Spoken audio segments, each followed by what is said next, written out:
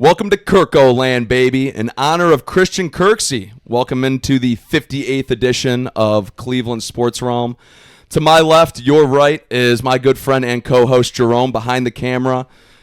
We can see him, you cannot, producer Eric. And then to my right, your left, our good friend Josh. Diehard Bears fan, as you can see if you are watching right now. Bears insider, Bears diehard fan, and he's also dating my sister.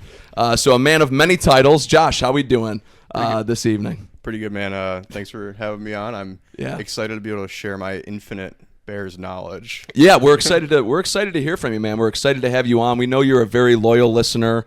If you watch on YouTube, he comments on most of the episodes, not all of them, but most. If he's got something he feels like we might want to hear from him. And then Jerome, back over to you, buddy. How you doing this evening? I'm doing good, man. I'm doing good. Real good. Yeah. Good. I'm glad you are. We are a little bit of housekeeping right off rip. We are recording. This is Tuesday evening. So obviously when this drops Thursday, we won't have any news, if any news has come out on Wednesday. But Jerome, obviously a lot that we've got to talk about tonight. As we talk about the Browns, we're going to review, obviously, Shedeur Sanders' big game against the Titans at some point this episode. But I think we should really start out talking college football. You know, there was some drama with the rankings that dropped over the weekend. Some teams in that are a little bit surprising, some teams out that are a little bit surprising. But maybe we get going with that Big Ten title game. Yeah, absolutely. I think that's where we'll start, and that's what our schedule dictates for us to do. So we will begin there. And the Buckeyes fall 13-10. And just so we know, Josh, big Bears guy on Sunday. He's a big Bucks guy on Saturday. So I finally have a fellow OHIO guy in the studio. It's great to have it. Great to have it. So, I deal with all this ND crap all the time, so I appreciate you being here. Anyway, let's talk about it. We fall to Indiana 13-10. We dropped to 2. Obviously, the end of the game, we missed the kick. But I think honestly, there was a couple other things that we can pick and choose and criticize and critique from what the Buckeyes did. It's a really good Indiana team. That's a really good Indiana defense. We mentioned it on last week's episode. Kevin and I both agree. We thought they had the best true win in the country. Yeah. Going to Eugene and beating the Oregon Ducks. Obviously, everybody loves Mendoza, and he seems to be the toast of the town lately. Not for me personally, but as far as the top quarterback prospect in the draft, I'll start by saying that I thought Mendoza played well. He picked his deep spots well. Obviously, the Buckeyes lose on Jane Fielding's field goal. And, when you looked at this game, it's kind of what we expected. Now, I predicted the Buckeyes to win by 3. I think, Kevin, you had them covering. I had them covering the 4-point spread, which they were favored by. But I thought this game kind of went according to how we thought it would. I don't think we thought it was going to be quite this low scoring. You guys can give me your thoughts. Yeah, no, I thought it was probably going to be, relatively low scoring, but not this low scoring. I kind of had in the ballpark roughly, Ohio State, maybe 24, Indiana 17, somewhere around there. Just two great defenses and honestly two great offenses as well. It's just the defenses. Typically, when you face the good teams, the defenses are typically the ones that end up winning out. So wasn't too surprised that it ended up being low scoring. Like I said, I was surprised it was that low scoring though. And yeah, I thought Mendoza looked pretty good, around 70% completion percentage, threw for over 200 yards, touchdown and a pick. But nothing that typically wowed you. He went out there, he won the game, and now he's the quarterback of the team that, in my opinion, now has the 2 best wins in the country. And both he didn't have the home field advantage for. Obviously beat Ohio State just now at a neutral site, and then Oregon in Oregon. So Indiana's off and rolling right now, and I do agree. I think it's correct that Ohio State only dropped a spot. I still think the way that they've dominated college football this year, there's no way that you could drop them past Georgia or Oregon, in my opinion. Yeah, I think I also figured the game was going to be somewhat low scoring. Ohio State's basically running an NFL defense. Right. They got studs all over the field. Right, absolutely. And Indiana, I haven't really gotten a chance to watch a whole lot of Indiana this year, but considering they've dominated all year, I figured their defense is pretty good. I thought somewhere in the ballpark of kind of like you, someone in the mid-20s, maybe like 28, 21, something like that. Yeah. I didn't expect almost no scoring. I figured at one point, Ohio State's going to have an explosive play to Jeremiah Smith or Carnell Tate maybe too. Full disclosure, I was at an event, so I didn't get to watch the full game. So maybe I'm missing a few things. But just a little, your sister, my girlfriend, actually cursed it. We did get to watch the field goal. She was sitting there and she goes, I feel like he's going to miss it. 2 seconds later. It was a chip shot. Yeah. Yeah. Yeah. Well, my prediction was we hit it and then Indiana goes down the field and probably kicks a field goal to win. Okay. Sadly, we didn't even get that opportunity. But, I mean, Mendoza, I'll give the kid props. He's played out of his mind. If he wins the Heisman, I wouldn't be surprised. Yeah, no, he's had an absolutely fantastic year. He has. I was going to say on the other side, though, I thought Julian Sane played pretty damn well, too. And what I have to say about that kid is the moment, as a redshirt freshman, the moment has never seemed too big for him this year. And I didn't think this one was either. 21 of 29, 258, passing, a touchdown, and a pick. I didn't think the moment was too big. Now, what I liked was I saw Buckeye fans criticizing, saying that Jeremiah Smith was not involved enough.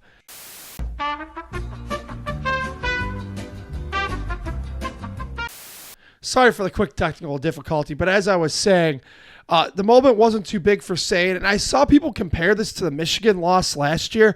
I think that's kind of a crock of shit if you ask me, because they were not able to run the ball at all last year against Michigan. I thought Bo Jackson ran the ball fine, and he was close to breaking a big one. It looked like it multiple different times. He had 17 carries for 85 yards, I believe. So, and they also, it wasn't like they didn't get their weapons involved. Jeremiah Smith had 8 catches for 144 yards and had a 52-yard play. So I think it wasn't a direct parallel of the loss to the Maize and Blue like last year to me. It was a simple thing. I think Indiana's a better team than that Michigan team, way better than that stupid Michigan team was that they lost to last year. I mean, there's really only like 2 similarities between the Michigan game last year and this one. The score? And that's the score and the missed chip shot field goal. That's it. Other than that, I mean, Indiana is a much better team than Michigan was last year. So outside of that comparison of just, I think people have a little bit like PTSD from the missed. I think that's a fair point. And 13-10, so it's really easy to compare those two. I mean, I think like Ohio State players, fans, coaches. I mean, I get coaches are going to be and players are going to be upset about losing, and there's no moral victories here. But you're in the playoffs. Sucks you didn't win the Big Ten. It's not like our season ended. No, right. So. Exactly. And I would still even say that Ohio State, at least in my opinion, I haven't seen what the odds are. I would still put them as the favorite to win it all this year, honestly, going into this postseason. Now, one thing I had said last week was that I was really going to hone in and try to pay attention to Arvell Reese, because with how he's been touted, he's supposed to be a top 5 pick. I haven't noticed him when I've watched Ohio State games this year so far, so I really made an effort to really try to hone in on Arvell Reese this week. I've watched a lot of Mendoza for Indiana, the weapons on that team. I've seen a lot of Jeremiah Smith, Carnell Tate, Bo Jackson, Julian Sane. Really wanted to lock in on some of these defenders for Ohio State. And Arvell Reese, I remember after the game thinking, I still didn't really notice him, even though I was trying to. And I just went into the box score before this episode recorded and saw he had 1 assist, and that was really it. So I was like, okay, my eyes were not lying to me. Where do you guys feel like with the defenses with Ohio State? Obviously, they held a very high-powered offense in Indiana to only 13 points. Obviously Caleb Downs has been playing great this year. He figures to be a top 10 pick probably in this upcoming draft as well. The playmakers that Ohio State has on defense, do you think with a lot of the offensive firepower that they're going to go up against in this college football playoff that it could be too much for them, or do you think they have the power on the defensive side of the ball to be able to keep that in check? I think this is the best Ohio State defense they've had in a long time, and they've had some damn good ones. But it's an NFL scheme with a lot of NFL-like players. And I agree with you. Arvell Reese was a no-show in the Big Ten title game. You're 100% right, and that's a fair point coming from you, who I know is an Ohio State critic, but that is a very fair criticism. He didn't do anything. And, he should be held accountable for that. But I got no worries about this defense moving forward. I was pleased. They did hold them to 13 points. Now, Did they get beat over the top a little bit? Yeah, but Mendoza did a good job, and it was impressive. Picked good one-on-one spots and where they didn't have safety help over the top, and he beat them a couple different times. But it's not like Mendoza was driving up and down the field willy-nilly all day long. Right. This is a damn good defense, and I thought nothing would happen at Lucas Oil Stadium tells me any differently. Yeah, I mean, on Arvo Reese, I would like to make excuses and say, like, maybe they, Indiana found a way to scheme him out of being in position to make a play. But great players, and he is a great player. Great players generally, even when that happens, still find a way to make an impact, and he didn't this time. But, I mean, I'm not worried about that. Yeah. And, Ohio State's defense, this is definitely one of the best ones we've seen, at least in my lifetime. Absolutely. Caleb Downs is a monster. He's definitely going top 10, I would think. Yeah, you would think. The only one that kind of drives me crazy, and maybe you'll agree, I'm hoping I'm getting his name right, Igbinosun, yes. number 1.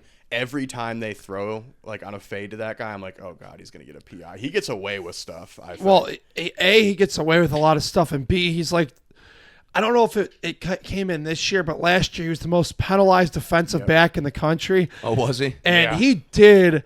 Davidson Igbinosun did have a pick off Mendoza, but he was just right place, right time because the ball got deflected a couple times, and he popped into the screen. And I happened to be at a Christmas party watching the game, and all the Buckeye honks in there, like myself, were like, "Oh wow, he's on the television screen, and there's not a yellow flag in the play.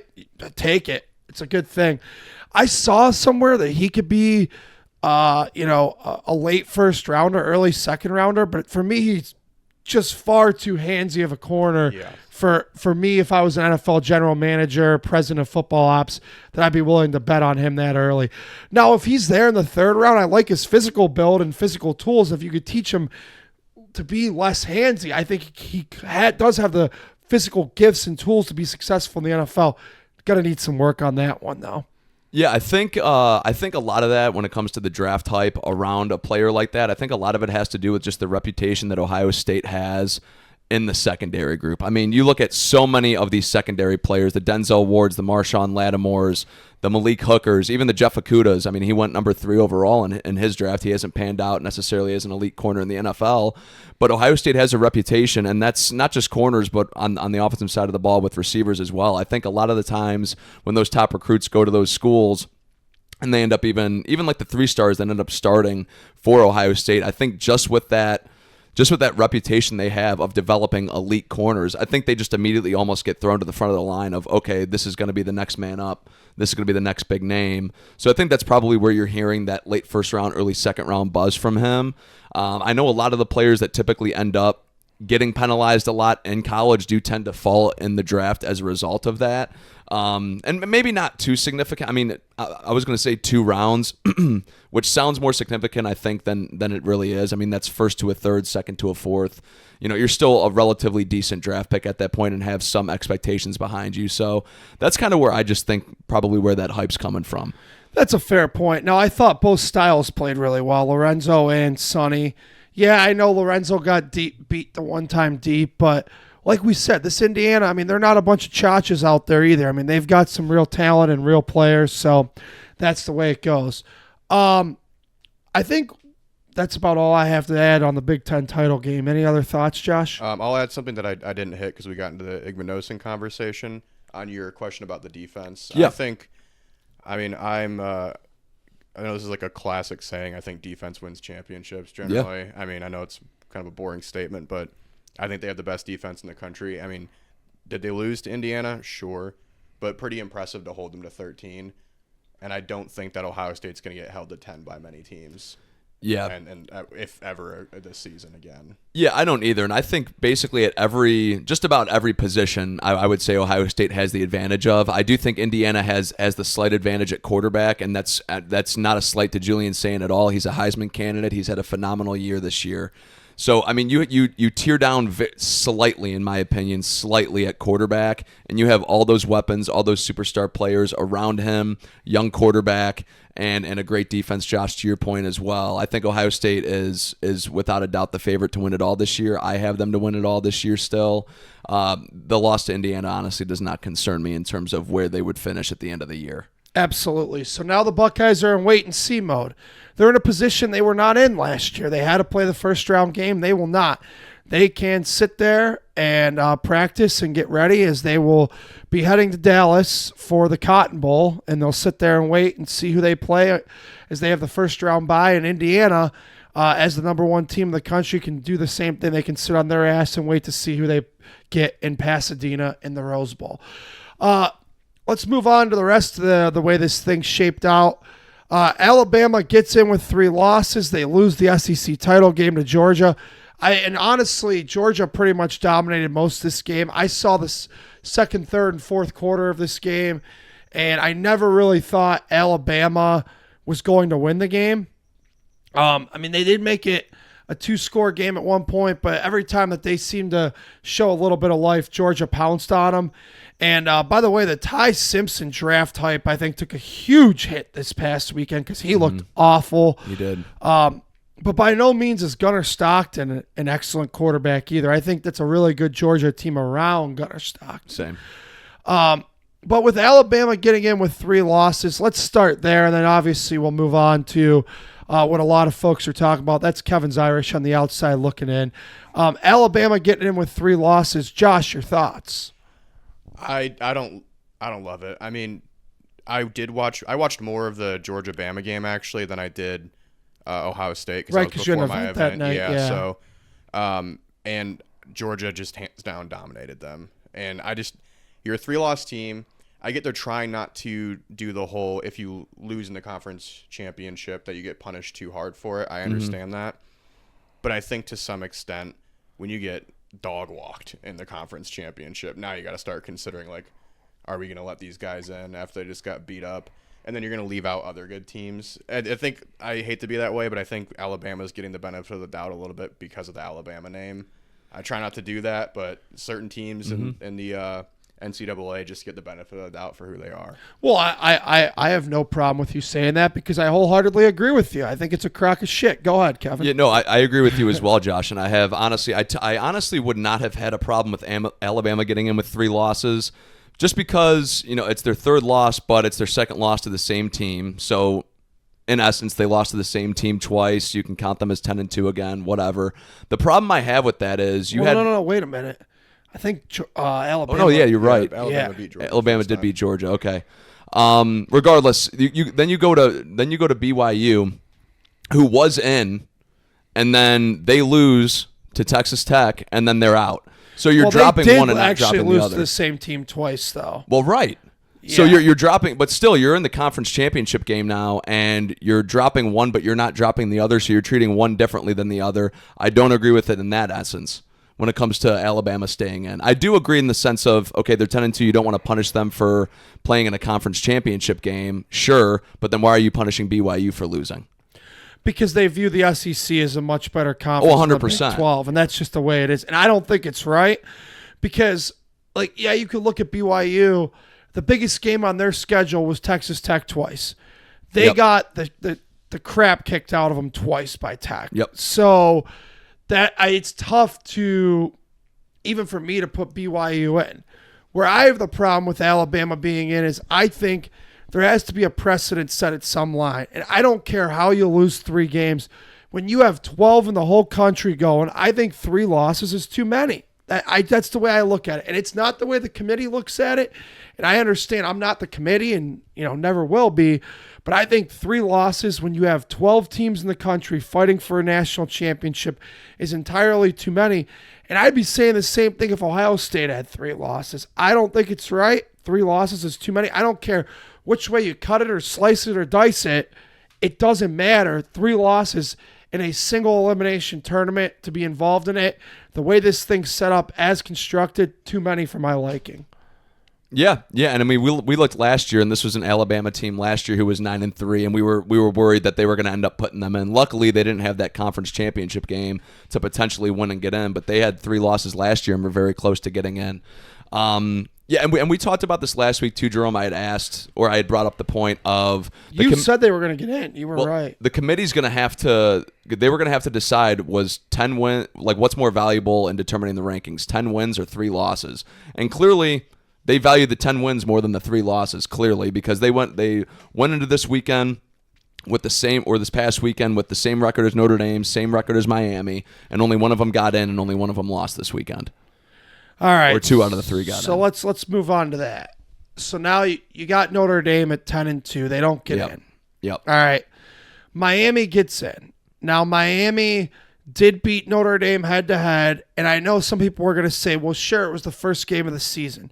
Kevin, I know talking to you in the past, and you always are one to make this point and stand by it, that it doesn't matter when it happens. It happened on your schedule. It should count towards something. Yeah, because why else would you play that game? Right. It doesn't matter that it was back on Labor Day weekend. Notre Dame did lose to Miami. Notre Dame did lose to Texas A&M. I think, from my perspective, what ultimately hurt the Irish's case was, yeah, those were probably the 2 best losses anybody could have had in the country, maybe outside of Oregon's loss to Indiana. Sure. Those were, I mean, you lost to 2 teams that are in this damn thing. I think what hurt Notre Dame was you start to look the rest of the way and say, what are your good wins? And outside of a win against USC, I just didn't think that enough existed. From what I'm not saying I agree with that. I think that's the way the committee looked at it. Yeah, and I don't disagree with what you're saying. You know, Notre Dame's 2 biggest challenges they had this year, they dropped those games. So absolutely. And I had actually been on record, a few weeks ago, I had said I thought that when Miami got their second loss, they had dropped below Notre Dame, and I didn't agree with it at that time. I really do try to look at things from the outside looking in, and Miami dropping below Notre Dame never made sense to me because they had the same record with 2 losses, and Miami won the head-to-head. I think at that point, Miami should immediately be at least 1 slot above Notre Dame. It depends on obviously how the other teams are performing within college football in order to how much that separation is going to be. So while I agree with Miami getting into the playoffs, I don't agree with how we got there. So Miami drops below Notre Dame, as I just said. They go into this weekend. Notre Dame is ranked 3 spots above Miami. They don't play a game, and then Miami jumps Notre Dame. Right. When are you picking and choosing when you're going to have one team ahead of the other? If that was going to be the case, Miami should have been ahead of Notre Dame the entire time. Why did you drop them below them just for in a weekend where no games were played between either of them? Then you were just going to swap their rankings to make sure that Miami got in. Now, ultimately, like I said, I agree with Miami getting in over Notre Dame. I think they got to do something with the group of 5 winners now because I just don't see how Notre Dame missing the tournament benefits or missing the playoffs benefits college football when you've got, I mean, who are the other 2 teams? There's James Madison and then Tulane. And then Tulane. Yeah, so you're going to tell me that Notre Dame's wouldn't have put up a better fight than either of those 2 schools? I would say they absolutely would, considering the 2 losses they have.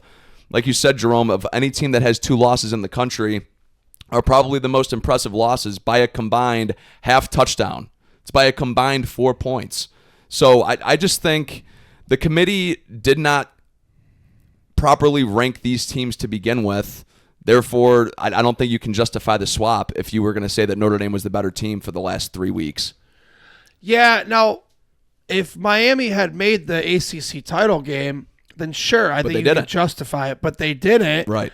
And I get it, the ACC was weak this year, but how is Virginia's win better, or how is Virginia's win and them not getting in more? To me, that's more impressive than James Madison. I'm sorry. I know that JMU people, they're probably so excited. Honestly, they're probably so excited to go with their asses kicked by Oregon. They're thrilled to be in this thing.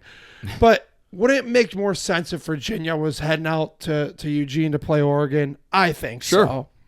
But that's just my opinion. Go ahead, Josh. Oh, yeah. I mean, I'm just going to kind of ride on what you were saying there. Is it really JMU, like, sure, like, good for those kids, right? Like, you get to play Yep. in the college football playoff. Like, I'm happy for that team and the kids that play on that team because, I mean, how often are they going to make the college football playoff? Probably not for another quarter Yeah, century. it could happen. And same with Tulane. At some point, I think you need to have the 12 best teams in college football in there. Like, objectively. There's a lot of subjectivity, of course. But, Sure. I mean, Notre Dame is a better team than JMU or Tulane, for sure. I think they need to be in there. And then same with, like, what you said, the Miami and Notre Dame swap thing. Like, their logic across the board on the committee is, like, flawed on a lot of levels. They make certain decisions one way and apply these rules to this team, and then they change their rules when they're applying it to a different team. And I get that it's a huge system because I can't remember how many NCAA football teams there are in D1. It's like 162 or something like that. Yeah, there's an asinine And amount. now, of course, the bottom 100 are like teams you don't even talk about, right? Right. I do love Bowling Green. I went there, but they're not a very good program. Yeah, right. It's what it is, right? So I think They produced Harold Fannin.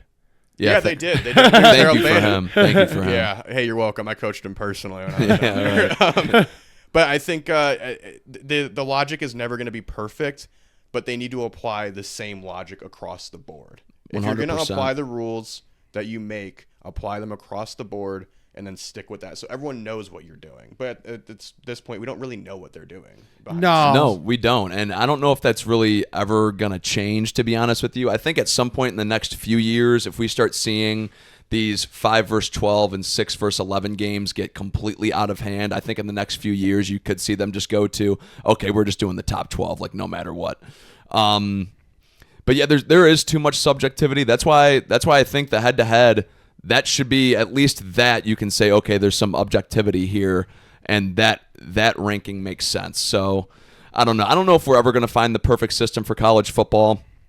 I think it's just too hard to rank these teams. Like, I don't know how you can, like, at least when we talk about the NFL, the MLB, the NBA, the actual professional sports, there is strictly objectivity. That's how you're getting into the playoffs.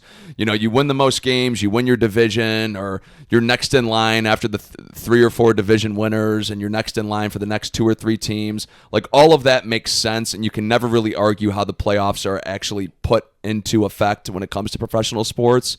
And college football has to figure that process out. So does college basketball because you have the same sort of thing. Yeah, but in college basketball, if you don't make that tournament, you don't even deserve to have an argument, in my opinion. Yeah, but because there's that many teams. There's way too many spots. But the thing is, with 68 teams, you see the first 4 out every year. They screw something up. They put somebody in the last 4 in who has no business. Just like like the college football playoff is the same way, just on a smaller scale because it's 12 instead of 68. Yeah, no, I'm just saying when it comes to, if you're not one of the best 50 teams in college basketball and you're arguing for your way into the tournament, you know, whether you would be the 58th or 59th team, I just think it's such a Cinderella story. Like, those teams are miracles to even make it to the Sweet 16 half the time. I just think it's crazy to try to have that argument for a team that's ranked like potentially 55th as opposed to 11 or 12 to get into. Yeah. You know? I think the other thing with that is just like they tried to adopt that in college football with the automatic qualifying too. Right. Because if you win a conference tournament in basketball, you get that spot no matter what. And we've seen bid thieves like 2 years ago, NC State, who was never going to get in, wins the ACC and then goes all the way to the Final Four. Like, right. So that's what they try to do in college football. But the problem is, like, an automatic qualifier in college football, some team like that, they're just not able to advance like that. It's just a different sport. Well, sorry. Yeah. Sorry, Jerome. Go My ahead. bad. No, you're good. I think I'll be honest, I don't watch a lot of college basketball actually, but I would think, especially with the introduction of NIL, there's even less parity between the top teams and like Absolutely. and like a Tulane. Like, I get there's a chance there's more likely a Cinderella story in college basketball, I would 100%. think. Because in college football, I mean, a team like Oregon has millions of dollars on their roster. Yeah. They're one of the best teams in the country. And then these other schools, they just can't afford to get the players to compete at that level. Maybe once in a decade, you get a team like Tulane beating an Ole Miss, and it's like, oh my God, I can't believe that happened. but it's probably going to be like 56-0 most of the time. Yeah, exactly. I mean, we've seen a few of those upsets, of course. Like we see a few of those big ones every year. I know one that we've been talking about for over 15 years now, I think, is now the Appalachian State Michigan one. 2007. So yeah, that's one of the biggest ones that I can ever remember happening. And those are fun, but like you said, I mean, those are few and far between, specifically in college football. We see the 70-0s, the 63-14s, whereas even in the NCAA, like the blowouts, hey, it might be a blowout, but at least it's like 80-50. Like it's Right. relatively, it's not like over by the end of the first quarter, or in that case, the first half. Yeah, it's interesting with what's going to happen in college football if they're going to make any adjustments, because it only took them one 12-team college football playoff to immediately switch things the following year. Right, absolutely. So now you're sitting out, Yeah. and your guys are just done. Yeah, we're done. You've decided to wave your white flag. Yeah, I think you're going to see a lot more of this, by the way. Do you have a problem with them doing this? I don't, because I was actually thinking about this. The only people that it benefits for them to play are the schools. Or to play those games. It does not benefit the players. It honestly doesn't really even benefit the coaches. I mean, if Jeremiah Love goes out there and tears an ACL, for what? Like, why? To wear Pop-Tarts? Well, exactly. Right. Precisely. And then he falls probably 2 to 3 rounds in the draft, loses tens of millions of dollars. It doesn't really benefit a lot of these players. Now, sure, if Notre Dame would have opted in, I'm sure we would have seen probably a lot of backups in that game. I still would have turned it on, and honestly, for the seniors that don't play, it could have been their last game ever. Probably would have been their last game ever. So I do see the other side of it, but it doesn't benefit the players at all to be playing these useless bowl games. And I think you're going to see a lot more teams start opting out. Well, I think if it wasn't for the money, you would have already gotten rid of the bowl games, but these Right. cities don't want that to happen. But let's be honest, ever since they instituted the playoff in 2014, the bowl games have completely lost their luster. There's nothing there anymore. If you Especially now with it being 12 teams in the college football playoff, like the Fiesta Bowl used to be kind of a big deal. Now it's if you win that, you might lose the next next game. It doesn't even matter. It doesn't matter. So go ahead, Josh. I just lost my train of thought, so if you need to keep going. That's all right. Oh, Notre Dame sitting out the bowl game. That's where we're at. Yeah, that's where we're at. My bad, guys. So I can kind of argue both sides of this. Kevin, I agree. Like, Jeremiah Love goes out there and has a career-ending injury for a relatively meaningless football game. Let's be honest. If they decide to go to the Pop-Tarts he Bowl, wouldn't he play, would have but, never played. You know, Right. you could Just- there's a point there. in this right? hypothetical. Yeah, in this hypothetical, we'll say he decides to play for fun, and they don't. Yeah, they don't. I mean, they don't get really anything out of it, like you said. It's only that the university and the NCAA gets a bunch of money from viewership, sponsors, whatever it is. And I think you are going to see a lot more of it, because this is Notre Dame saying, fine, if you're going to leave us out of the playoff, then you're not going to benefit from our program. Yeah, and Notre Dame, unbiasedly, Notre Dame's a national brand. You'd have a ton of people just tuning into that game, whether it's meaningless or not. But on the flip side, like you said, I do agree that there are seniors on that team who are not going to the NFL. Not every roster is filled with, even those great programs, like not everybody's going to the NFL. Right. So you're kind of taking away an opportunity for these guys to have one more meaningful game. Because I disagree. I do think bowl games have some value. And this is the kind of sucky thing about the NCAA is like, this doesn't apply to Notre Dame, but like a team like Bowling Green, we never go to bowl games. And if we do, it's a nothing bowl, really. But it's big for that campus. For these guys, it's a big deal. You have to play Yeah. one more game. Most Bowling Green guys, unless they're Harold Fannin, are not going to the NFL. Right. So at the end of the day, I guess like there is a sense of like childlike behavior of like being like, I quit. That's just an argument. I'm not saying, I'm just giving you both sides of the argument. I've seen the whole take your ball and go home thing. Well, the it's whole an overreaction, but there is like a little bit of it. I have to say the meme did crack me up. Play like a champion today, unless we don't make the playoff. The sign. I don't think that's their primary motive, though. I think the primary motive is what we talked about with like, we're not going to benefit from our program. We're not going to injure our guys. We're not going to waste our time for something that we get nothing out of. I think that's their argument. So here's the other thing that Notre Dame's being criticized for, and I think it's something that we should talk about too, and not to belabor the Irish tonight, but they have been the talk of the college football this week. Notre Dame's athletic director decides to go on ESPN and basically say, well, the ACC didn't campaign for us. and they did for Miami. Hey, buddy, you want everybody and their brother to know that you're independent in football. You claim that independence, and by the way, when was the last time you shared all that NBC money with the rest of the ACC teams for football? You don't. I understand that you're ACC and you are Atlantic Coastal Conference for every other men's and women's sport. But in football, you claim that independence, so now when it backfires and hurts you, I don't understand how this guy's crying about how the ACC didn't campaign for Notre Dame to get in. Yes, in this particular sport, you're not an Atlantic Coastal Conference member. So I think it was a little bit of BS if you ask me. But I could also see, I mean, like I said, I think it was BS, but I could see where you'd want the ACC to do that for you. But I don't think the ACC had any business doing that for you because, again, that NBC TV money, when you had that exclusive deal for NBC for virtually our entire lifetime, all three of us in this room, when did you share that money with anybody else? Never. So why should the ACC kiss your ass now? I would say, and obviously this is me speaking from a Notre Dame perspective, but I mean, we have to play a relatively ACC heavy schedule. Yeah, I think you have to play 4, right? Yeah, I want to say it's actually 5, if I'm not mistaken. So it's roughly half the games that Notre Dame's playing are ACC, and yes, they get to pick the other teams. And I mean, and we've harped on this before, Jerome, that you pick some of those games, 4 or 5 years out, teams that were great at that time, and then it comes up, and all of a sudden they've had bad recruiting, or they've had a coaching change, or a player's transferred out, or whatever it might be, and then they're not as dominant, and then Notre Dame ends up not really getting the benefit that they once thought they had. Like Boise State was supposed to be a huge game this year. I mean, it was still at the beginning of the year relatively decent.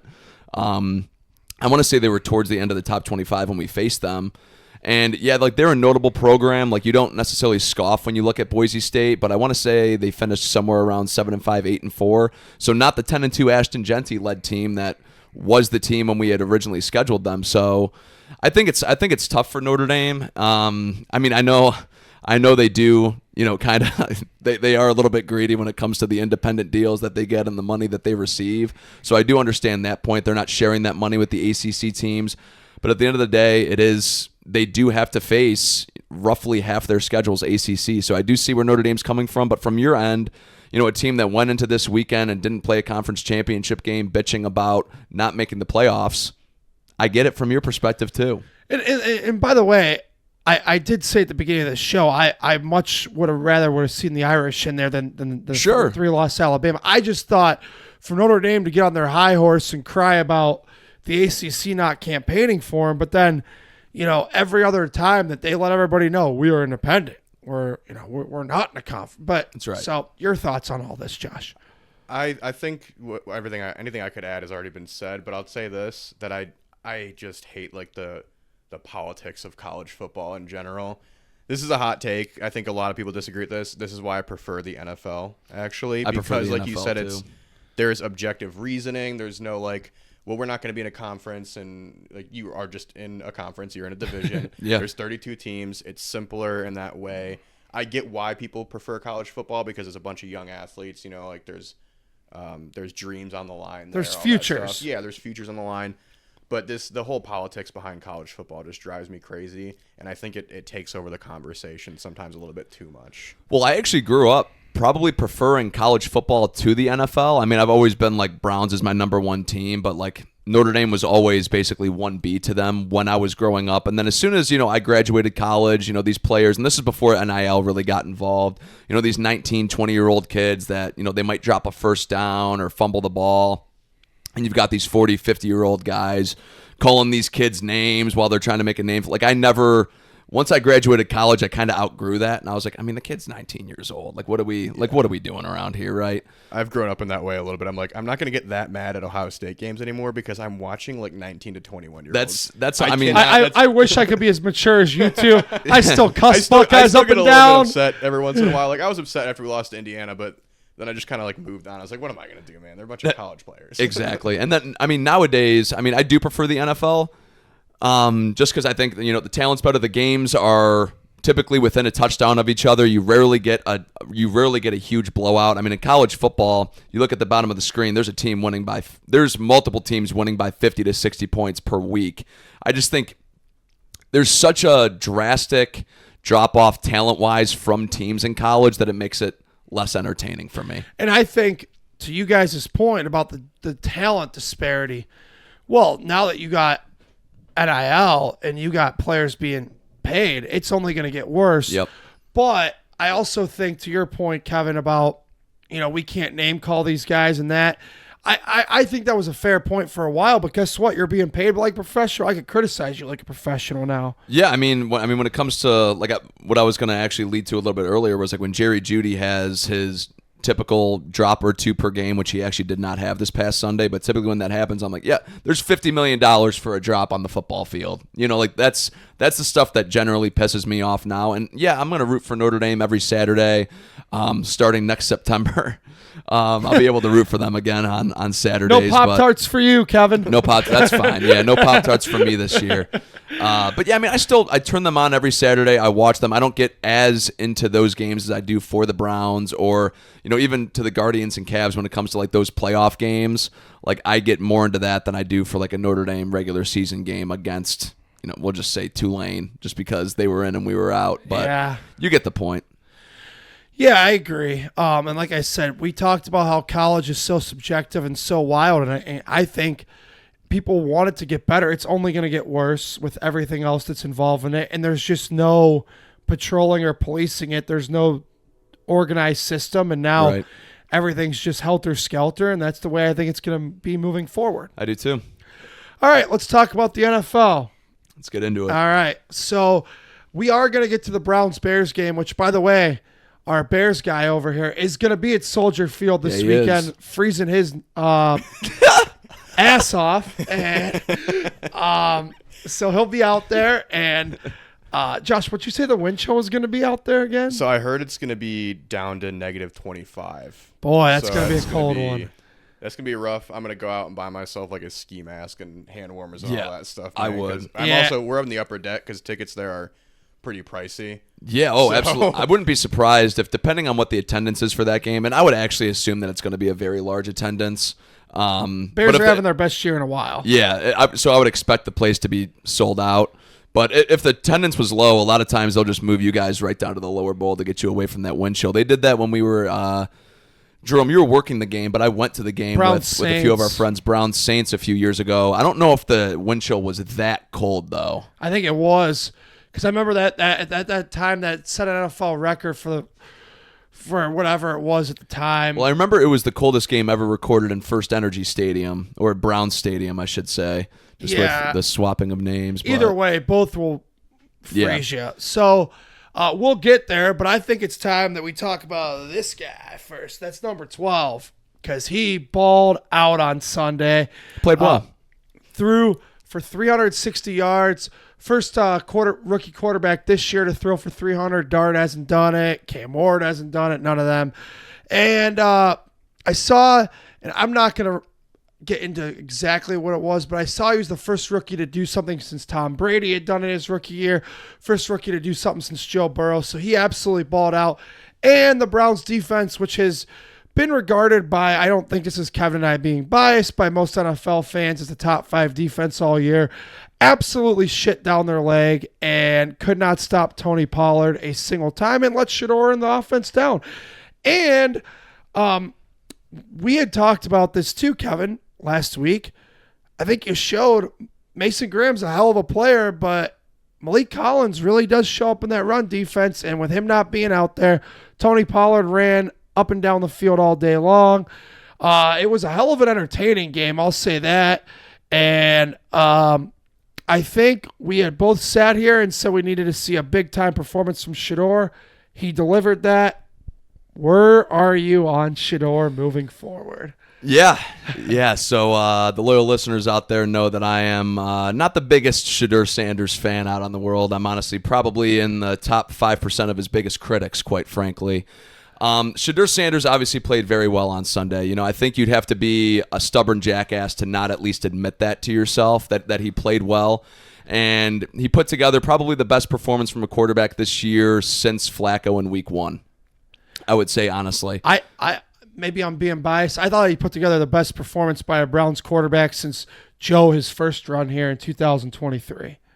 Yeah, I disagree with that one just because I think Joe Flacco put together such a phenomenal performance week 1. Josh, you and I were actually at that game together. Yeah.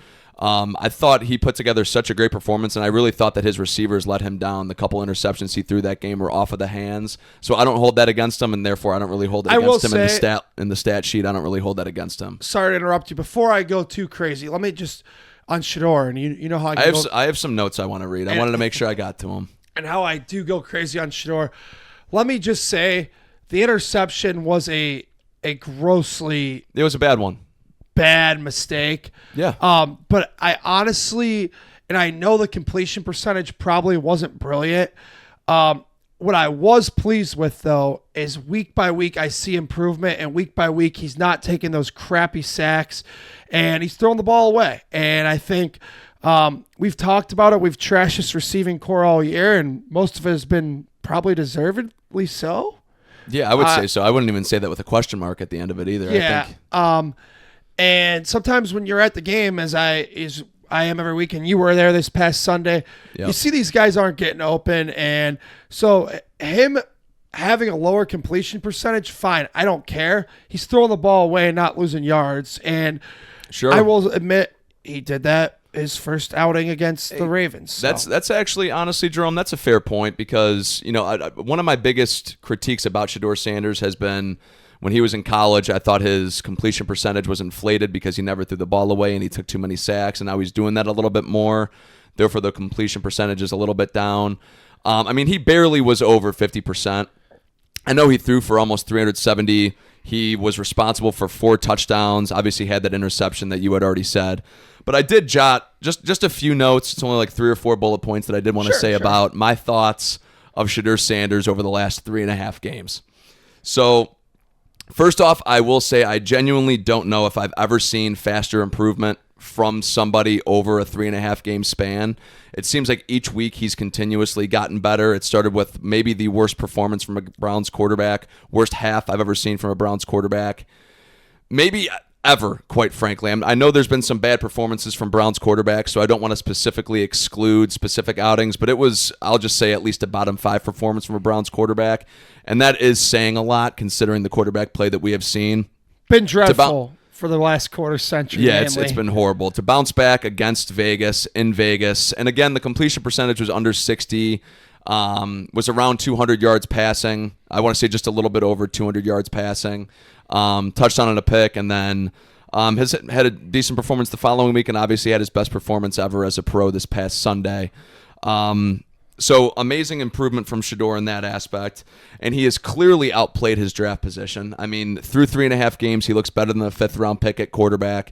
I remember pre-draft, I had him as a day 2 quarterback. I didn't think he was worthy of a day 1 pick. I thought he'd be in round 2. Obviously fell way past that, so I think through 3.5 games has clearly outplayed his 5th round draft position. And I've realized I no longer dislike Shedeur Sanders. I dislike his entire fan base, though, still. And that's sometimes, a fair point. Sometimes Jerome can include you. Sometimes it, honestly, for the most part, it doesn't include you a lot because I talk Shedeur with you more than anybody. But the fact that we're talking about, when I came home on Sunday, and we won't get into too much of the intricate details here, but you kind of came in cheesing after a Browns loss about how great Shedeur Sanders had played. And I had said, yeah, honestly, I would like to see that completion percentage get higher. And it turned into an argument like no other argument we had a couple friends in the room with us, Robbie and Kyle, actually, that witnessed a lot of it. But it turned into an argument that I did not think would turn into that heated of an argument, but it did. It was honestly, as you see the people online, is what a lot of people like to call the Shedeur Wars. It was a Shedeur war in person. Yeah, Instead of, hey, at least we're not like these young Gen Twitter Zers warriors who are Twitter, keyboard warriors. Yes, thank you. Yeah, that's what I was looking for. We beefed the old-fashioned way, yelling at each other. Yeah, we did, and then we immediately dapped up 20 minutes after and apologized for our behavior. That's right. I'm in agreement with you on that, like the fan base stuff. And I'm not even a Browns fan, so this is more like outside looking in kind of thing. Yeah. And I want to say Cleveland should be excited when the quarterback plays well because you haven't had that very often. It doesn't And I happen. can relate. The Bears. Jim McMahon. Yeah, that was the last. And he wasn't even that good. I mean, obviously, I wasn't alive for that, but I mean, Jay Cutler is our best this century, and that it's not like he was incredible. He was Kyle Orton was pretty decent, I thought. He liked to turn the thing over a lot. Rex Grossman went to the Super Bowl. Oh man, if only he was better than Peyton Manning, but he wasn't. So, if only. So I think you should be excited about Shedeur Sanders. But you should also still be critical, and I feel like he doesn't people freak out when you critique him for little things. For example, one of my critiques is that he does something that Caleb did last year. I think he tries to do a little bit too much hero ball sometimes, which is it's a rookie thing to do. Rookies do that, where they came from college where they're the best, and now they come out, and now you're playing against NFL defenses, and it's not so easy to do that. Right that are faster and smarter, so you should be excited, but I think can we wait a little bit longer? It's been 3 games. Yeah. And it's 1 and 2, which I know isn't entirely his fault, right? Because the defense fell apart against the Titans. So I'm not and I'm also not a guy to generally be the quarterback is the only guy on that team. So if they lose, it's because of the quarterback. It's not always how it is. Right. Absolutely. But let's give him a little bit of time here, get more data points, and then start making your assessment. But be excited at the same time. You have a guy playing good quarterback. Yeah, and something I really thought with Shedeur Sanders coming into town is I really thought when we drafted him he was just going to be a stubborn jackass, not really adapt to any of the coaching or anything like that. And from what we have seen, like I said earlier, I mean, every single game he has gotten better. So there's plays, and I forget, I want to say it was in the 3rd quarter, but there was a bootleg rollout he had that the defensive end was not blocked at all. It looked like he was about to run right into him, stop, planted, delivered a strike for a first down. I was like, oh my God. I've never seen him do that, at least in a Browns uniform. And obviously I didn't watch every Colorado game, but I watched enough Colorado to know that wasn't a frequent part of his game. So clearly that's been something that they've been going over in practice. And then my last point that I was going to say about Shedeur Sanders, and Jerome, I know you're not going to love this take, but it is what it is. I'm still not sold on not drafting a quarterback come April.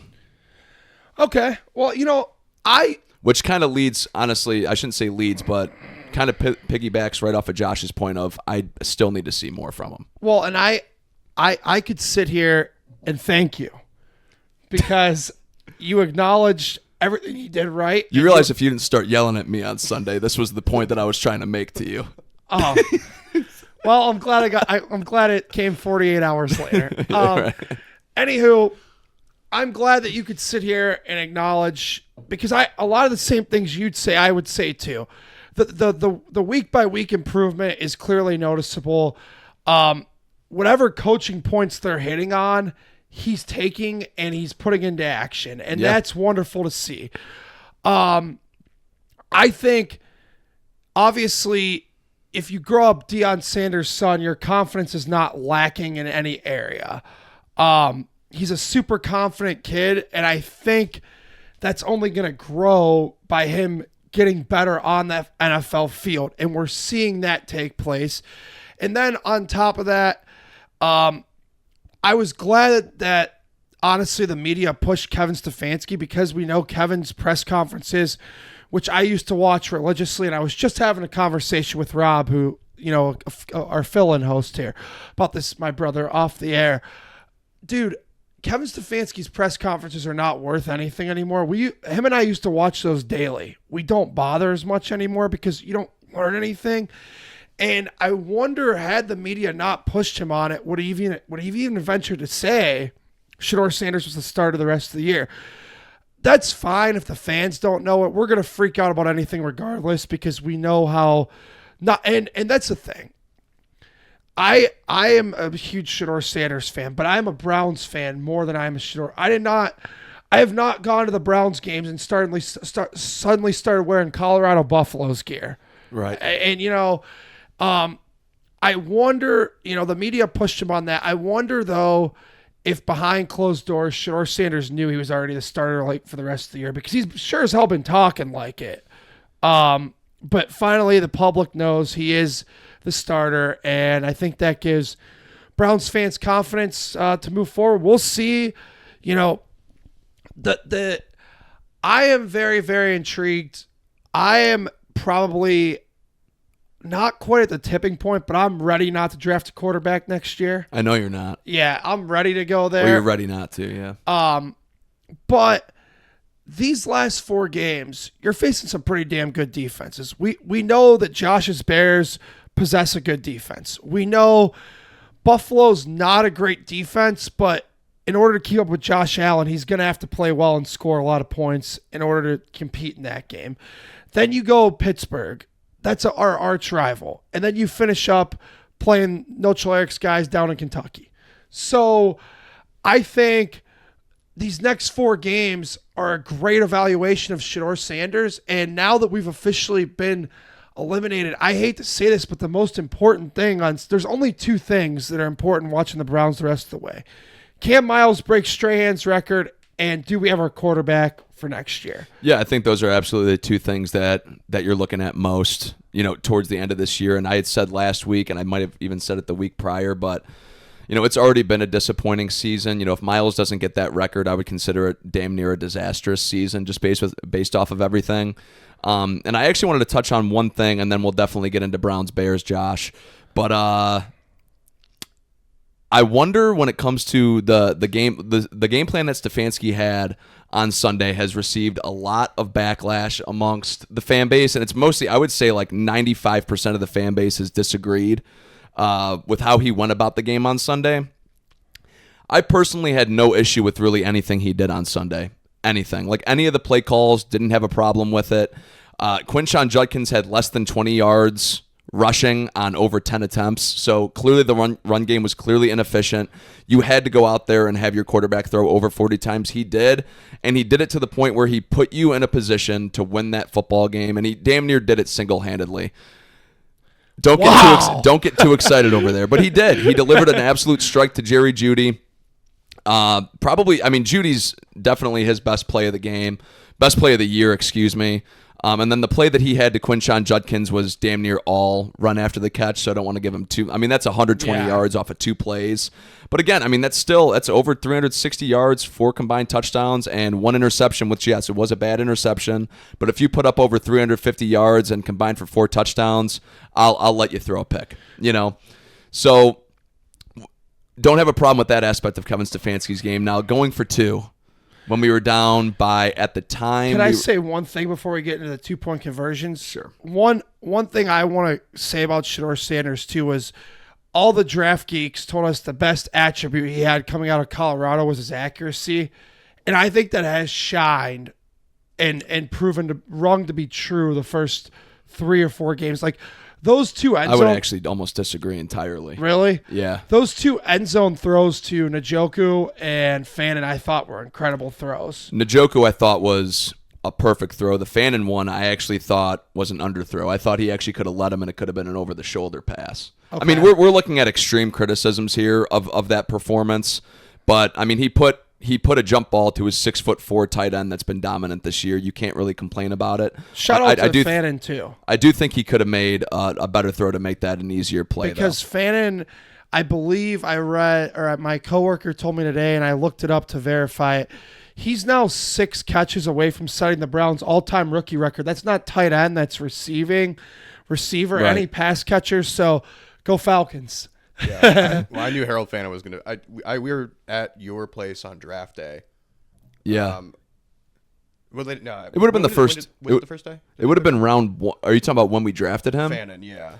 It would have been the following night because we actually, if I remember correctly, we had sand volleyball that night, day 2 of the draft. Yeah, that's right. Either way. Yeah. Well, I remember telling you that Fannin was a beast because I was looking at his stats and stuff, and I watched like a little bit of Bowling Green football.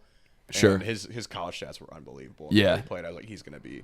He was actually linked to the Browns relatively early on in the process. They had been talking about him as a potential, and they had said round 3. Like round 3 would be the Browns had 2 picks in that round. Don't be shocked if they take him with one of them. And also, they did. what I thought was big was his best games did not come against like Akron or Toledo. His best game was against Penn State. His best game was against Penn State and Texas A&M. Yeah, exactly. So he played well against the high-level big dogs. Yeah. Sorry to derail you. Get back to your Shedeur Sanders. No, I was just gonna say what I think has shined the most about Shedeur Sanders has actually been his improvisation, which is not what he was highly touted for coming out of college. And I know I had said this last week, but I just do want to reiterate, like that is something that I was concerned about him coming into the league about. It was the improvisation. And I'm glad that so far he's been proving me wrong with it. I mean, he still definitely holds on to the ball for a little bit too long. It didn't really come as a detriment to him this past Sunday.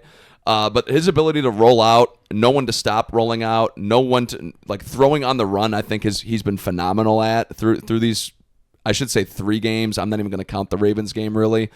In terms of this current evaluation of him, but I think a lot of when the 3rd and 8s, how we're not throwing 3-yard outs anymore, how we're actually going for the sticks, whether they're complete or not, like they're actually attempting to move the ball down the field right now, and it's obviously more fun to watch. Whether you're a Dillon defender or a Shedeur hater, if you fall into either of those categories, like you cannot say that the Browns have not been more fun to watch over the last 3 games. Absolutely, completely agree. Let's move on to this Sunday's matchup. Anything else? Actually, one more thing. We wanted to talk about the 2-point conversions before we move on. Yeah, and then we will get to the Bears, Josh. Terrible play call, by the way, that 2-point. That's my take. So, go ahead. We'll get to that, but let Kevin start. The initial 2-point, I know that the fan base was up in arms of, and this was when the Browns had brought it to within 8, and they immediately started criticizing. And for some, like I haven't watched bits and pieces of the game since Sunday, actually. So I'm actually even blanking on what the exact play call was on the Sanders first 2 points. did fumble the snap. Okay.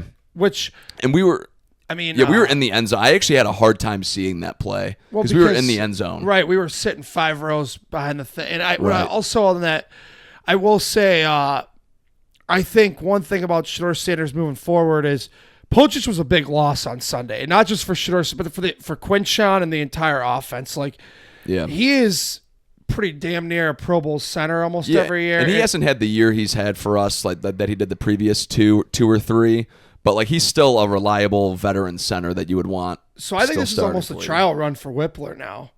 I think it is too. I mean, this is either you're the future center or you're not. Yeah, I do too. But anyway, Shedeur Sanders did botch that snap. It was a poor exchange between him and Whippler on that first play. Okay. Thank you for the clarification there. But I didn't have a problem with them going for 2. I know the fan base is, or I shouldn't say the Browns fan base, but the Shedeur Sanders fan base has made it known that they think it was Kevin Stefanski's attempt at sabotaging a win for Shedeur Sanders, which is just absolute lunacy. Like there's no reason for Kevin Stefanski to be out there trying to blow games when he's at the time part of a 3-9 football team, now 3-10. There's no reason to be trying to blow games unless you're trying to fail for Fernando, which I know the coaching staff and I know the players are not trying to do. So this is who Kevin Stefanski has always been. Since we hired him in 2020, he has always been a guy that when it's in the second half and he brings it to a 1-score game, has always tried to go for 2 in order to bring it to a 6-point game. So if you score again, then all you need is an extra point in order to actually take the lead late in the game. This is who Stefanski's always been. He's so analytically driven. He's been doing this this is now his 6th season doing this for us. So I had no problem with it. I didn't even question it when they went for 2. I had a feeling they were going to do it. Now on the second 2-point play call, once again, the Shedeur Sanders fan base was up in arms that Sanders wasn't even on the field. Now it's come to light to me that he fumbled the original 2-point conversion snap. So why would you have him on the field? But anyways, again, short yardage situation. The Browns go Wildcat with Quinshawn Judkins, which they've done at least a dozen times this football season. So that didn't shock me at all. And honestly, I didn't hate the play call. I hated that Judkins did not pitch the ball. If you go and watch that play, he was clearly supposed to pitch it. Larvadain turns around. He was livid. Confused as hell as to why he did not receive the pitch. And if you watch that play, it's open for him. The pathway is open for Larvadain to tie that game up. Judkins, for some reason, does not pitch the ball, reverses field, throws a ridiculous pass that I think, because it was a designed run, I think it would have been flagged even if it was a catch for illegal man downfield. So I have no idea how that play transpired. I heard that Malachi Corley was supposed to initially be the receiver on that play, but he got hurt during the game, so Larverdane had to fill in for him. So maybe there was just miscommunication with Larverdane and Judkins. Whatever happened, that was completely inexcusable. I don't know who to blame fully. Just by watching the play, watching the coaches' reactions, watching Larverdane's reaction, watching how confused Judkins was on the football field, I have to imagine that Judkins just did not pitch the ball, and that's why the play was such a failure. So I am going to say the first time they went for 2, I was pissed. But you are right in the sense that is Kevin. He's all analytically driven. He doesn't coach the game on feel at all. He coaches the game according to what Microsoft Excel tells him to. And that's bothered me for 6 years. He does. And so you have that there. Excel tells him to go for 2. Ridiculous. Stupid call, but Excel said it, so we did it. I disagree with that, man. I think you're a 3-9 football team. What do you have to lose? I just think at that point, try to tie it up because, yeah, I know the defense hasn't stopped him all day, but come on, Cam Ward was not playing well. We know that. And it was all Pollard. It was Pollard's show. Right. At that point, you're going to load the box, so you would think that Pollard's not going to get through. You're going to get that ball back, which did happen. Now you're putting yourself behind the 8 ball. And I just think it's stupid because now, yeah, going for 2 the first time, sure. If you get it, then you kick the. I understand the theory behind it. Yeah, sure. Then Schmidt's extra point gives you the win. But I just didn't. I think sometimes, no matter what the spreadsheet says, you have to coach the game on feel. It was the wrong call, wrong feel at the time. We were in the stadium. I didn't think it was the right feel or call. Stefanski didn't coach on feel. He coached according to Excel. We got what we got. Yeah. Moving on to the second 2-point play. I think at that point, yes, Shedeur Sanders had botched the first snap, but the Wildcat had not worked when they tried it previously twice that day. So I think, again, coach on feel. Yeah, but I think those 2 previous Wildcat plays were so similar, they were banking on the Titans to expect the same thing, which they did not do. Which actually the Titans did expect them to run it right up the gut. I mean, watch how open the ends of the exterior is, seriously. I do just the boundary, I guess I should say. Though, when you have the quarterback who was absolutely on a roll at that point, I mean, he was hitting everything, leading them down the field. That was, I believe, Loverdane caught that ball on the 15-yard line. That's an 85-yard drive he just led. He's feeling himself right now.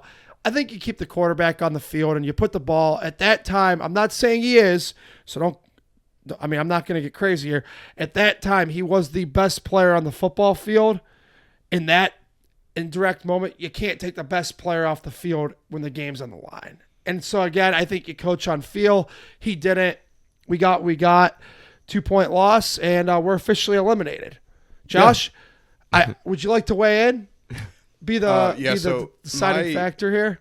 I don't mind going for the 2-point the first time. I kind of agree with Kevin, you're not going anywhere this year. Right. Just play aggressive. What do you want to do? Play in overtime against the Titans. Yeah, come on. So, but we'll skip to the second one. I think I agree that it's a bad play call, but for different reasons. Not because necessarily that Shedeur Sanders, he was playing good, so I'm not diminishing his play. Right. But not because Shedeur Sanders was playing so well. When you put Quinshawn at Wildcat, you're automatically limiting what the defense has to look for. On a 2-point play, that's really important. I get there's trickery there and stuff, but and I know on 2 points, you want it to be a quick hitter. You're not spending all this time developing some huge play, probably. But you don't have RPO if you wanted to do it. You don't have play action, which they probably wouldn't do play action. But you're just limiting your playbook, and you're kind of telegraphing to the defense something. You're telling the defense something's up here that's not normal. You know what I mean? Does that make sense? That's a good way to spin it because you're right. If Judkins is back there, I don't think we've seen him throw it out of the Wildcat once this year. So at this point, unless you really throw everybody off, which maybe they could have, but you're right. It's either going to be him running the ball or somebody else running the football. there's no threat of a pass at all. So you're right. You're cutting off half your playbook. And one more thing on that is that Quinshon Judkins is a rookie running back who's not used to game-winning situations in the NFL like that yet, I don't think. I'm not trying to say... Yeah, he's definitely not. But he's just not ready for that kind of moment when he's not even playing the position that he's been playing his whole life. Right. It's just kind of, I think they put him in a bad spot. I think that's fair. And That's a good way to I think it's a look fair at it. point that you knock out a lot of your playbook there. The only thing I would just counter with that is that we have seen the running back pass from the Wildcat before. Now, whether that's the spot to put Quinshon Judkins in that moment, that's always up for debate, right? But I know we've definitely seen the Titans. The Titans in the past used to run a lot of those Derrick Henry pass plays. Jump passes. A lot. And Derrick Henry was one of those that as soon as he got the ball in the backfield and ran forward, it was guaranteed 2 yards. 6'3", 240, for Christ's sake. He's unbelievable. The strength and power and just size that he has. And Quinshon Judkins is not Derrick Henry, so I don't want to say that. But we have been able to see those passes out of the Wildcat before. But like I said, probably not the spot to put Judkins in. But again, all he had to do was run 5 yards to the right and pitch it, and he just did not do it. So, it is what it is. It's another loss for the Browns. One step closer to Fernando Mendoza, hopefully. And no, I kid. But I was going to say one step closer to Jimmy Haslam saying our quarterback moving forward is Shador Sanders. All right. Shall we get to it? Let's get to Browns Bears. To the Chicago Bears versus the Browns. Yeah, the Browns. How dare you appropriate my culture like that? Yeah, I like that. All right, so let's look at this game. Well, the Bears are 7.5-point favorites. Nobody's surprised. Yeah. You guys are having a phenomenal year. Yeah. Let me just start by saying, Josh, I was very critical of Caleb Williams. When I met you, I told you I thought he stunk. I think that was one of the first conversations we had. You told me you were a Bears fan. I said, yeah, Caleb Williams stinks. He's impressed me this year. Kid's played really well. And, you have to give the quarterback credit. They are the most important position in sports. And whether the Bears do have a good defense and they do have nice weapons around them, but at the record and the season the Bears are having, the quarterback does deserve some credit. So I think Caleb being a lot better in year two is a big reason probably why you are where you are. But this is your team, not mine. Please tell me if I'm an idiot or I'm onto something. No, I agree. I think Caleb, even last year, got way too much heat from the media. And I'm gonna point out what I think is the elephant in the room. People hate that he paints his nails and drinks matcha. I think he gets way too much criticism for off-field stuff. He gets the Karl Anthony Towns treatment, like how Cat is in the NBA. I'm gonna say I don't care what that guy, provided it's legal and whatnot, does off the field. Yeah, I don't really care. He's playing good football right now. I wasn't so worried about him last year either. I went back and forth, but Matt Eberflus sucked. Our offensive line was terrible. He had three different play callers last year. That's a terrible situation for a rookie quarterback. Yeah, sure it is. And then, you come in, Ben Johnson gets hired, and he looks like a completely different player. His accuracy is an issue, but that's we're starting to get a little bit nitpicky with that stuff because he makes superhero plays a few times a game. So I like him. I don't think you're wrong. Maybe I'm being a little bit too much of a homer by being like he's our king, but Well, he does, and something that Josh, I had actually just texted you this the other day, but I saw Daniel Jeremiah had tweeted out a very underrated part of Caleb Williams' game is his cardio. He goes, watch those Bears games and watch how many times Caleb Williams actually sticks in the pocket, as opposed to it's either a designed rollout or he has to improvise or he has to scramble away. He's sprinting, 30, 40 yards, what feels like every single play, gets back in the huddle and does it all over again. And the real only time that he really has an off play is either if he's handing the ball to DeAndre Swift or now Monungai, who's an absolute beast, or when the defense is on the field. And typically, the Bears defense has been relatively solid this year. Unfortunately, I didn't look up, their rankings, but they've played well the games that I've at least watched with you, Josh, because I know we've done a lot of double headers from Browns to Bears or vice versa. So yeah. Yeah. So the Bears defense they're not. They're good and bad. They're very bend don't break. Inconsistent. Yeah, well, they're consistently giving up a lot of yards, but then picking the ball off before it's too So late. the Bears' defense stinks between the 20 to the 20, but the 20 to the goal line, they bear down. Yeah, kind of. Sorry, they've created, I can't remember off the top of my head. I'm not going to look it up. I think they have somewhere around the 27, 28 turnovers this year. That's incredible. They have the most interceptions by a long shot. They have 3 of the interception leaders. I mean, you're averaging 2 turnovers a game then, roughly. Yeah, approximately. Yeah. And that's bolstered by some, like, against the Cowboys, I think we had 4 or something like that. Sure. But regardless, either way, it evens out, you know? Yeah, absolutely. There's games in there where you had 0, I'm sure. So I guess we can just go into, like, looking into the game this weekend a little Sure, bit. yeah. And giving my perspective of what I think might happen. Yeah. I do think Shador is probably going to play relatively well against the Bears. It's going to be really cold, so it's going to be – I think both offenses are going to sputter a little bit based on the weather. Oh, yeah. It's going to be tough. But I would think that he might get caught up turning the ball over once or twice because that's just what the Bears do. I mean, I don't think that's very hot of a take, but I would expect 2 interceptions from the Bears defense. I think what's interesting, and this goes right along the lines what you say, that you guys are I think the best way to phrase it is you're an opportunistic defense. Yeah. So, yeah, down to down, yard to yard, you're not the greatest, you're not the 85 version of yourself. But when the opportunity arises, you capitalize. So I'm very curious to see, like I said earlier, in evaluating Shador the rest of the way, this is a big one, as they all are for him the rest of the way, because he's either going to get the job probably, or they're going to draft Kevin's guy. One of those 2 things are going to happen versus, I think, for Caleb, the Browns have been consistently one of the best defenses all year unless they face the 1-11 Titans and then they shit themselves. So hopefully the Browns defense, for our sake, comes back and, plays the way they have every other game except against Tennessee. But I think it's not going to be easy for either quarterback at Soldier Field. Yeah, I don't think so either. Just with, as Josh obviously said earlier, with the minus 25 wind chill that they're expecting, I'm sure both teams are really going to try to get the ground game going. I'm sure both teams are going to be preparing for the other team to get the ground going, and therefore I'm sure we'll probably see the pass come out towards the end of the first quarter, early second, as both teams realize that they're going to have trouble running the football. Shador, I think, is probably a lock for an interception this week. Josh, I know you said probably 2. It might be 2. I think he's a lock for at least 1. This is a big game for Shador Sanders. Jerome, I know you said this upcoming stretch of 4 games is huge. It absolutely is. This is the first test of many. This is the first quarter of the last 4 games here coming up for him, right? So, first truly competent defense he has gone up against since Baltimore. And we all know how he played that game. So he'll get a full week of preparation this week. I'm sure he'll be, if he's studying the film like he was at Thanksgiving, if you saw that video, then hopefully the Browns will be in a good spot. But hopefully they come in with a good game plan. I want to see Shador Sanders. A successful outing for him this week for me would be 200-plus yards passing, so nothing too crazy there. Two touchdowns total that he's responsible for, and 1 or less interceptions.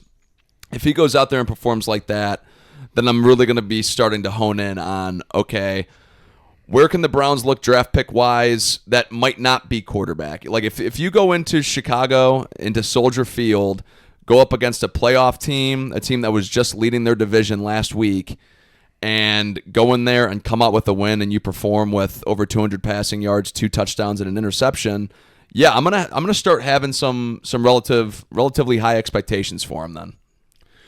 Yeah, and I think on the other side, Kate, like we said, we've given Caleb his flowers on this podcast, but it's going to be interesting because this Browns defense, I mean, unless the one thing that I noticed even all the way up until the end of that Titans game, and I hope it continues, the Browns have not quit on Kevin, and I think that might help Kevin keep his job. That's a whole nother conversation for a whole nother day, but now it's your time, as we've had so many times since 1999, to play spoiler. Like, try to screw the Bears up. Sorry, Josh, but try to screw the Bears up. Once or twice a year, they do pull the rabbit out of the hat. The Browns do when it comes to. And we did benefit you guys by surprising the hell out of the Packers earlier this year. Thank you for that one. You're welcome. But now we might just take it back from you. Yeah, I don't know. No, Caleb Williams. Something I'm actually worried about. From a Browns fan perspective, is just the weapons offensively that Chicago has at their disposal. Luther Bird and Roma Dunze's had a phenomenal This is second year now in the league, right? Yeah, and we'll have to see. I haven't checked like injury reports or anything like that. He was out against Green Bay, so hopefully he'll be back. I think he will be. Okay. But I can't confirm that. Yeah, and then DJ Moore's obviously played, like he's a solid receiver in and of his own right. Do we know I know Denzel Ward left the game on Sunday. He's supposed to be active for this upcoming Sunday, right? We'll see. They'll practice for the first time tomorrow, so we don't really know anything until tomorrow. That's true. Well, we are recording tomorrow being Wednesday. Yeah, we are recording this Tuesday again. I was going to ask you one more thing about the Bears before we wrap up and then we give our game predictions here. We watched the first round of the draft together. You and every Bears fan was living with Colston Loveland. I completely understood it because of the season Tyler Warren's having. He's probably the rest of his career, fair or not, going to be compared directly to Warren. What have you thought of your first round pick and the way he's performed this year? All right, well, the first few games, Loveland and Burden both were like kind of non-factors. Same with Kyle Monungai, who, as you said, has turned out to be kind of a beast, a steal for a 7th rounder. Absolutely. Yeah. But Colston Loveland, when we were watching it, it was like, seriously? Not that he's I thought he was a bad player. It's like, what do we need a tight end for? Like, Cole Kmet's pretty good. Yeah. I know. And then the Cincinnati Bengals game happened. And I don't know if you guys saw the end of that. Yes, I know exactly what happened. Now that's not like indicative of like him being like a really great tight end or anything like that. But since that game, he's been a lot more involved. He actually might have the most sure hands on the team. He doesn't really drop passes very much. Yeah. And he bounces off tackles quite a bit. Like he gets yards after the catch, and yards after contact. I like him. I wanted Genty, of course. Right. I don't know just if a it's few his fault. picks too early. Yeah, I'm not sure that it's necessarily that he's not good. It's just the Raiders are that bad that they can't do anything for him. Yeah. So we saw them in person. They stink, buddy. They're really Yeah, bad. the Raiders are. But to sum it up, I'm not upset about the Colston Loveland pick anymore. He basically single-handedly won us a game, and for now it's going to be good enough for me. So. Well, and the thing is too, like Tyler Warren's obviously a great player, and he's played great for the Colts this year as well, but that fit in Chicago honestly didn't make too much sense to me. I know he was ranked tight end 1 ahead of Loveland by just about every expert that there was. I even myself had him above Loveland, but the way that Tyler Warren was used at Penn State, I never really thought made sense for him to be a Chicago Bear, just because they used him a lot in the Wildcat. They used him on running plays as a H-back in the backfield or as a slot receiver and there's so many weapons in Chicago that why would you have Tyler Warren try to be, a jack of all trades and a master of none when you've got masters at all those positions already on your football team? So I felt like Colston Loveland, if you were going to draft a tight end, probably actually did make more sense. At the time, I did not, just because I thought Warren was the better player. So it's one of those see good player, get good player type of deal. But Loveland was also known for having much better hands than Tyler Warren, being a better route runner than Tyler Warren. So clearly the Bears looked at that and thought, hey, let's get a weapon for our quarterback, not just a weapon in general. That's a fair point. Who's the Bears' left tackle? Left tackle right now, Theo Benedict's out. Oh my, Ozzie Trapillo. That's it. I was blanking on that. He's a skill rookie. level. Going to have his hands full on Sunday. Yeah, rookie. He is. So we can break it this Sunday.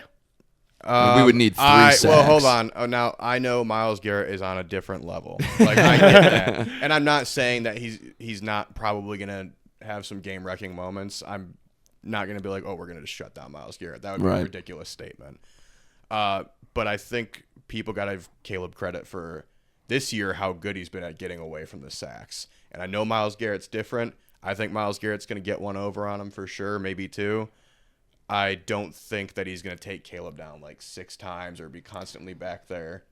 Yeah, I don't think so either. And especially in a week where the Bears just lost the 1 seed in their division, I think they're going to come straight out and just have an extreme game plan for Myles Garrett. I do think Garrett gets 1. I don't know if he gets multiple this week, though, just with knowing where the Bears are and what they need right now. With us both being at the game last Sunday, you're seeing teams don't want it to happen against them. They don't want the all-time, like, the Titans at certain times, my brother and I were pointing out from our season tickets in the upper deck, they're quad teaming him. I mean, they're putting, like, the Titans basically came out with the game plan and are like, yeah, this ain't happening against us. Like, and to their credit, it didn't. So we'll see. I mean, the Bears have more to play for than the Titans do, so we'll see how they approach it. Last time he went up against the rookie, though, it wasn't pretty. He Will kicked the crap out of Will Campbell. So and Will Campbell, number 4 overall pick compared to, even know where that guy was drafted this year. I'm not like a big draft guy. Right. I mean, it had to have been after. He was either second or third. I could be completely wrong on that. Yeah, no, that's all good. I would expect that we're probably going to run. I mean, they already do run a lot of 12 personnel. Yeah. And plus the cold weather, it's probably going to be a lot of, at least, if anything, at least chipping Myles Garrett on almost every. Absolutely. They're They're totally never going to leave Ozzie Trapillo out there on an island with Myles Garrett. That'd be a nightmare. Well, I'm saying this right now too, though, man. If you guys come into this week and if Denzel Ward is for some reason out this week, and we only really have Tyson Campbell as our true only real good corner, and we've got Luther Burden, DJ Moore, Roma Dunze, Loveland, and Komet running routes on us, like I think Caleb could be in for a pretty big day. Absolutely. All right, prediction time. Josh, you're heading out there. You lead it off, buddy. Oh, man. I'm just going to do this one on the fly. Well, I'm going to go ahead and just be a homer, first of all, and pick Bears to cover. Fair. Okay. Part of my logic on that is just because I'm a Bears fan and I want to see it happen. Sure. And then I think it's cold, probably a little bit lower scoring of a game than I would like. I think the Bears win probably 24-14. Very fair prediction. I've got a same. I think I've got roughly around. Yeah, I've got the same point differential. I've got Bears to cover and Bears win 20-10. All right. Well, I don't know what my prediction's worth because last week I predicted 31-10, and the team that scored 31 was from Nashville and not Cleveland. Yeah, but you did expect a shootout when nobody did. Well, I expected the Browns. Not necessarily a shootout, but a more high-scoring affair than most people anticipated. Yeah. How about this? I don't know what my prediction's worth because obviously last week. We'll see if I'm any better this week. I'll take the homer pick on the other side. I'll take the Browns to cover, but barely. I'll take Chicago Bears and the Bears bearing down 24-17. 24-17. So the Browns cover, but by half a point. That's right. Okay. All right. right. What's Shador's stat line this Sunday, Jerome? Oh, Shador Sanders. You know what? I don't think the weather's they're not going to be throwing the ball all over the place. They're in the Windy City. I'm going to say Shador Sanders, 14 of 21, 172 yards, 1 touchdown, and 1 interception. Okay. That's reasonable. Reasonable. I got him at 160, a touchdown, and 2 picks. All right. Reasonable also. How's Caleb going to play this Sunday, Joshua? I think we're going to rely a lot on the run game, so I would expect that he's probably going to go, 17 for 24, 25, maybe throw for 200-ish yards. Okay. We'll go 190 and a touchdown. Fair enough. I didn't give my completion for attempts for Shador. I just realized. So I'll say he goes 16-24. All right. For $160. Real quick, baseball talk. Let's get out of here on that note. We're running way over time. Producer Derek's ready to boot us out of here. Yeah. Edwin Diaz went to the Dodgers. 3 years, $69 million. I hear the Mets came in at 3 years, $66 million. So clearly, the evil empire just keeps growing. Yeah, it's way worse than when we were kids with the Yankees. Clearly, Diaz did not want to be in New York anymore. If you're going to go there for just $3 more million, right? Any thoughts on that? No, I just think it's horrible for baseball, and something's got to be implemented to stop this. I mean, the back-to-back World Series champs just added the best closer in baseball. Yeah. Like something has to be done, and an organization that already has the highest payroll in baseball. Right. So it's starting to become like not fun anymore because you just know what's going to happen. Yeah, it's annoying. The listeners don't know this. I am a Bears fan, but everything else I'm Cleveland. It just happened that way. Don't worry about it. But but it's like for Guardians fans, like we just can't keep up. We just simply can't keep up. Yeah, I mean, we could to an extent. They just don't really. Yeah, that's a different conversation. And something that is funny, Josh, about you being a Cleveland fan through and through, other than you being a Bears fan and not a Browns fan, is typically when I meet Guardians and Cavs fans, but they cheer for a different NFL team, excluding this year, typically they go for teams with more recent success.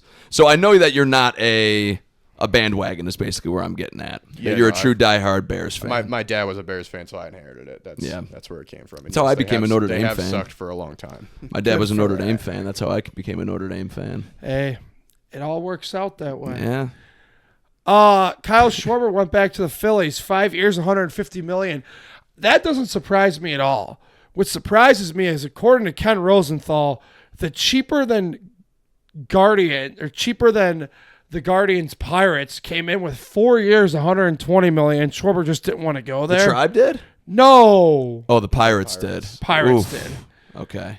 Paul Dolan I was about to would say. literally pass out. He would never. No, he wouldn't even think about I it. can't believe the Pirates came in with that offer. That shocked me.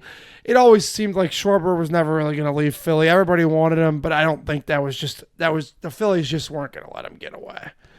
Yeah, the deal did surprise me a little bit, just with Schwarber being Older. 32 years old and not really playing a position for them. Like He can't do anything, but when you hit almost 60 home runs, I guess shit. Yeah, no, I get it. It's just like I was surprised by the length of the contract and quite frankly the AAV of it. Like I thought he would get a relatively decent deal. I was thinking more so the Edwin Encarnacion range of 3 years, $60 million.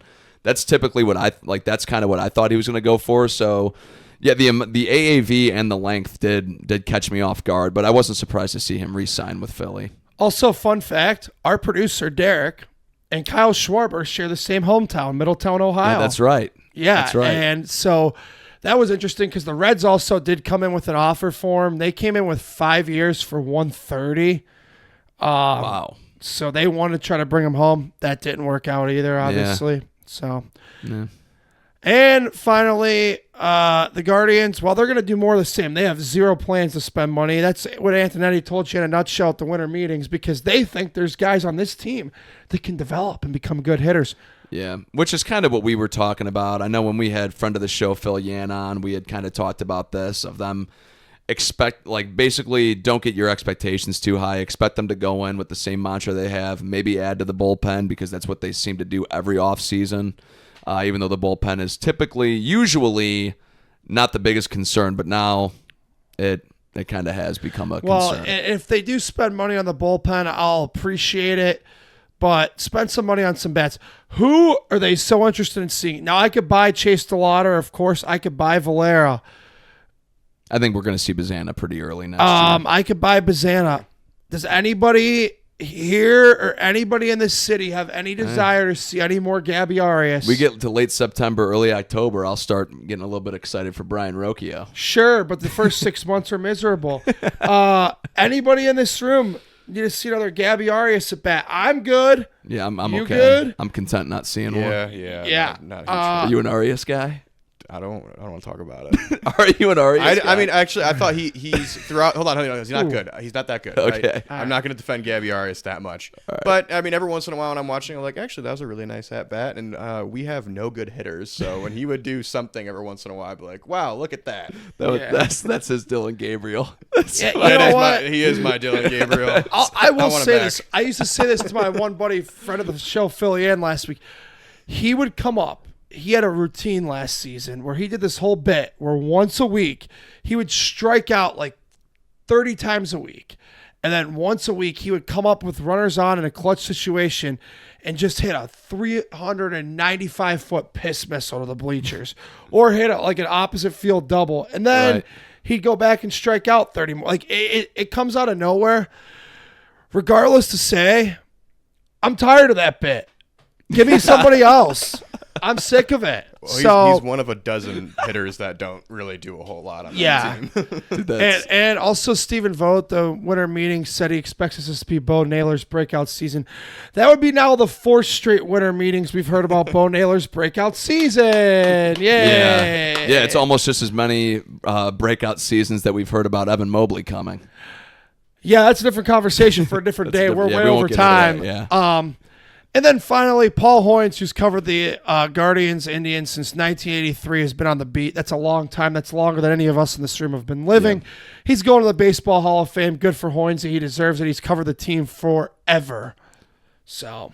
Yeah, I didn't really agree. We talked right before we went on air, Jerome. I never really got too much into who the insiders were, who the reporters were, and things like that, really until probably the last little bit over 10 years, like when I met you, because you were all into the beat writers of all the sports and stuff. So therefore, I heard about the articles that dropped and who wrote them and whose opinion they were. So I became a lot more familiar with Paul Hoynes over the last decade or so. So kudos to him. Obviously, does a fantastic job and, very much part of, Indians and Guardians history.